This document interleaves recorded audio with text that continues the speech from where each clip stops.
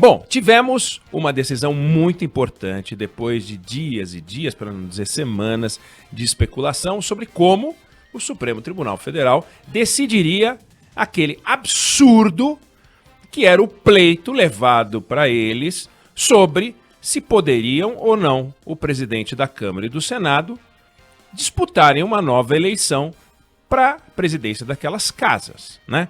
O texto constitucional, o tal artigo 57, é de uma clareza retumbante. A nossa carta tem vários trechos que são confusos, mas esse é um dos que não é confuso. É muito claro. Não pode. Não pode. E aí começou a votação, e começou, antes da votação, a especulação é o seguinte, tinha um esquema, a gente falou dele aqui, olha, tem um cheiro, as pessoas estão falando, articulação. O Davi Alcolumbre hoje deve estar destruído, né? Porque ele contava com isso. O direito que ele esperava ter, não garantido pela Constituição, aliás, proibido pela Constituição, de se reeleger. Rodrigo Maia, e os dois, a gente estava sentindo no ar um cheiro. Daí começou a votação, e por algum momento, a votação virtual, por algum momento, parecia que a tese criativa do relator Gilmar Mendes, criativa, porque é inacreditável, poderia vingar. E eis que, ao final, por 6-5, deu-se o contrário, ou seja, o texto constitucional foi preservado. Não precisa ser estudante de direito, não precisa ser ter ensino fundamental e como é que chama? Ensino médio completo, não basta estar alfabetizado e ler o trecho da Constituição, porque é de uma clareza total. Surpreende que esse debate tenha chegado nesse ponto. Aí alguns vão dizer, puxa vida, foi 6-5, mas a gente já teve votações de 6-5. Por exemplo, a segunda instância foi decidida por 6-5, proibindo a segunda instância, a prisão em segunda instância. E outras votações na história do Supremo também aconteceram por 6-5. E 6-5, 7-4, 8-3, o que ajuda o placar mostrar, é um recado político que o Supremo dá sobre a coesão dos juízes, dos ministros, em torno do texto constitucional que está em discussão. No caso, o texto constitucional que estava em discussão era de uma clareza que é estranho que 5 tenham tentado reinterpretá-lo. E aí eu acho que é importante que a gente reflita, quer dizer, o Supremo Tribunal Federal já discutiu coisas importantíssimas, né? O Supremo Tribunal Federal é, sim, a instituição brasileira garantidora da liberdade, garantidora dos direitos individuais, garantidora da defesa das pessoas contra o abuso do Estado. Controlar os abusos é papel do Supremo e, em várias ocasiões, o Supremo Tribunal Federal foi essencial. Se a gente for recuperar julgamentos históricos do Supremo, vários deles, muitos deles, para não dizer a esmagadora maioria, era de preservação dos direitos das pessoas contra o abuso do Estado, envolvendo coragem, posicionamento político ousado. Agora, alguns momentos da história do Supremo são debates absurdos, né? Vou citar 2, não pelo teor do debate, mas pela situação em que o Supremo se viu colocado pela própria Constituição. Me refiro ao julgamento do Mensalão e ao julgamento do Petrolão. Me parece absurdo imaginar que 11 ministros do Supremo tenham se reunido, por imposição constitucional, para decidir questões criminais. Pensa, no Mensalão, 11 juízes do Supremo votando. O relator, que era o Joaquim Barbosa, que ganhou fama, o relator dedicando o seu tempo para saber se fulano roubou ou não roubou. Crime comum. Quer dizer, o camarada rouba um supermercado, ele vai para a primeira instância. O outro rouba o Banco do Brasil, como no caso do Mensalão, ele vai para o Supremo Tribunal Federal. Quer dizer, é uma questão de escolha. Então, vamos roubar o Banco do Brasil, não vamos roubar o supermercado, porque é assim que funciona. Desde que, claro, você, na sua quadrilha, tenha um deputado, um senador. Se na sua quadrilha tiver um deputado ou um senador, você vai para o Supremo Tribunal Federal. Se não tiver um deputado ou senador, você vai para a primeira instância. Tem cabimento? Se são todos iguais perante a lei, por que um camarada que foi eleito tem direito de ser julgado por um crime comum no Supremo Tribunal Federal? Uma coisa é crime de opinião, uma coisa é aquilo que ele disse, uma coisa é aquilo que ele fez em razão do mandato. Agora, em razão do mandato, roubar o Banco do Brasil, pelo amor de Deus, foi o que aconteceu no Mensalão. E eram todos julgados no Mensalão, com recursos, julgados no Supremo Tribunal Federal, com recursos, e mais recursos, e mais recursos. Um caso que começa em 2006 vai acabar em 2012. Uma coisa inacreditável, com recursos, e mais recursos, e mais recursos. E voltou a acontecer no Petrolão. A fatia dos bandidos corruptos, que não tinha conexão com políticos, ia parar na mão do Sérgio Moro. Ou da Lava Jato de São Paulo, da Lava Jato do Rio de Janeiro, etc. A fatia dos bandidos que tinha conexão com políticos ia parar no Supremo Tribunal Federal. Eu acho isso uma disfunção.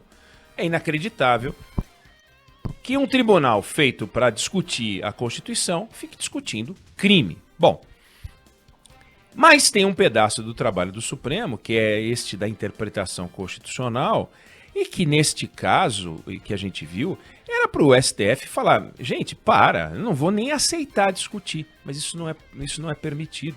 Isso não é permitido. Pela estrutura, pela formação no Supremo Tribunal Federal, o caso chegou, o caso tem que ser julgado. Na Suprema Corte Americana, o caso chegou, o caso pode ser julgado. Tudo depende, naturalmente.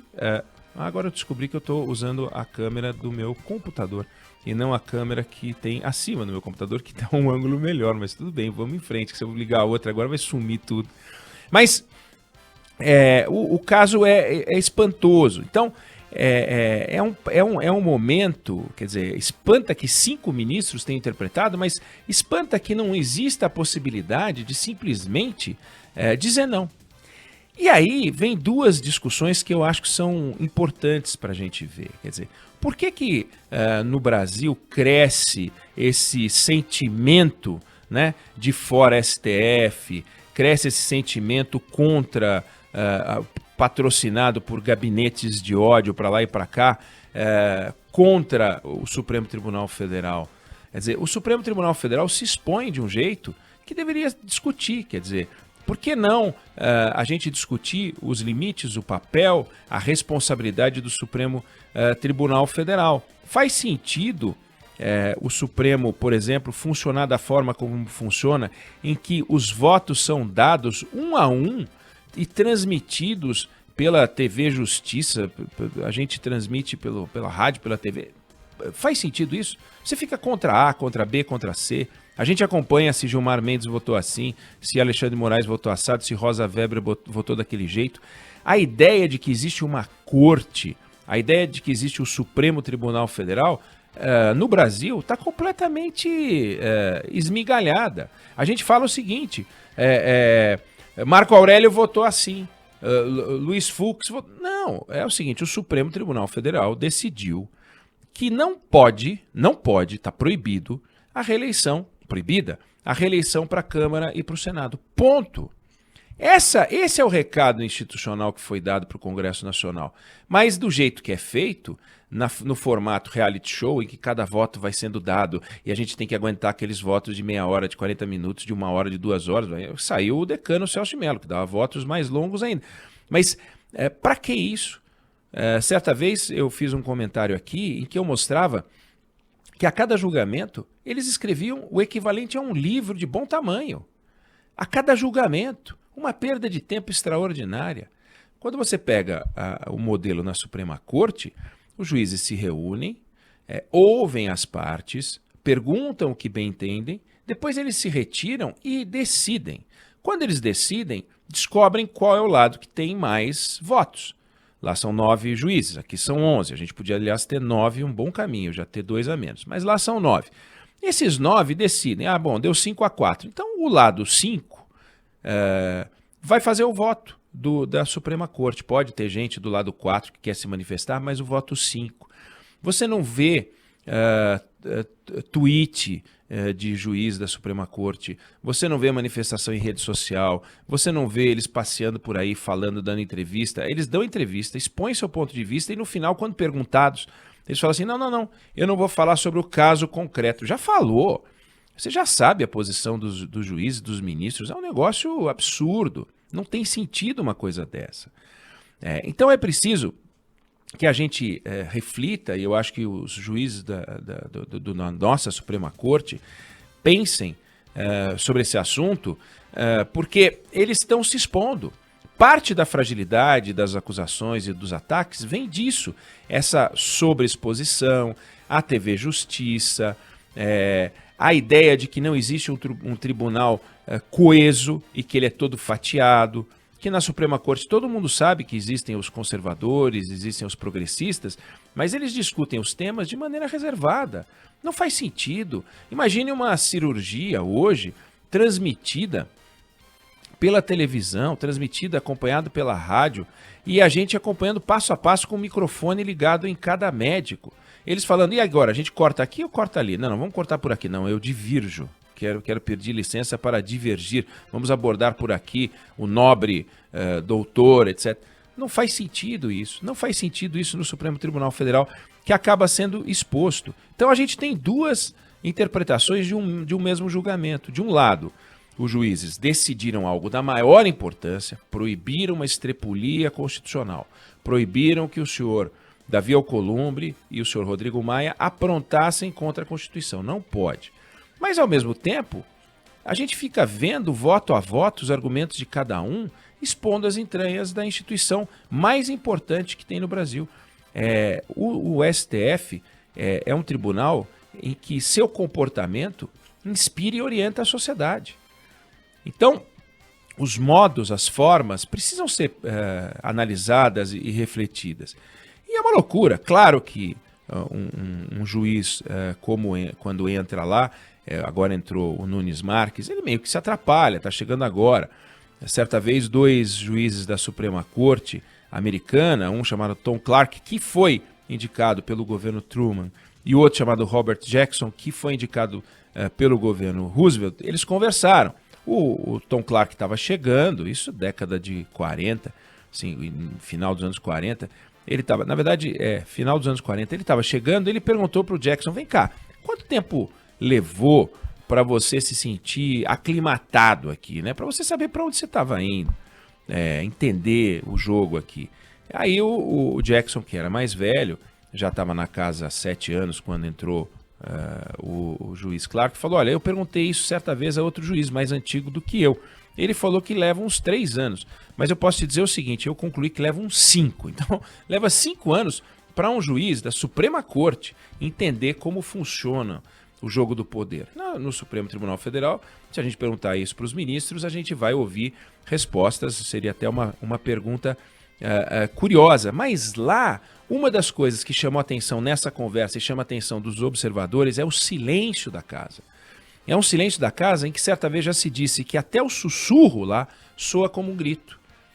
Porque é um silêncio reverencial, quer dizer, o que se reverencia é a Constituição. Ela está acima de todos os juízes da Suprema Corte. Aqui, grita-se tanto, aliás, grita-se mesmo, né? A gente tem exemplos de gritos no plenário, trocados por ministros do Supremo Tribunal Federal, pré-pandêmicos, mas gritos, um xingando o outro. O que é isso? Então, quando entra um caso como esse, que requer reflexão, equilíbrio, uma orientação clara, o que sai é o voto a voto. Aí, como a posição vencedora é a posição mais sensata, trechos dos votos dos vencedores são extraídos para tirar conclusões, quando você também tem trechos dos votos dos perdedores.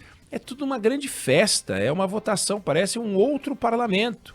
E isso eu acho que a gente devia aproveitar para refletir. Não é esse o caminho. O Supremo Tribunal Federal tem que se modernizar. E se modernizar é resgatar, de repente, a tradição de alguns tribunais que respeitam a liturgia de uma maneira um pouco mais reverencial, que é o que está faltando no Supremo.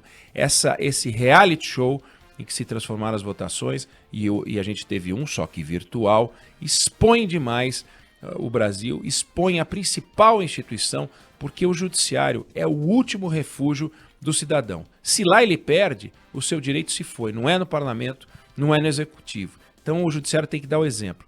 O exemplo foi dado pelo conteúdo, evidente, resgatado o texto constitucional, mas tem um lado aí que a gente precisa ficar muito atento, porque isso coloca a sociedade contra o Supremo e isso não é bom.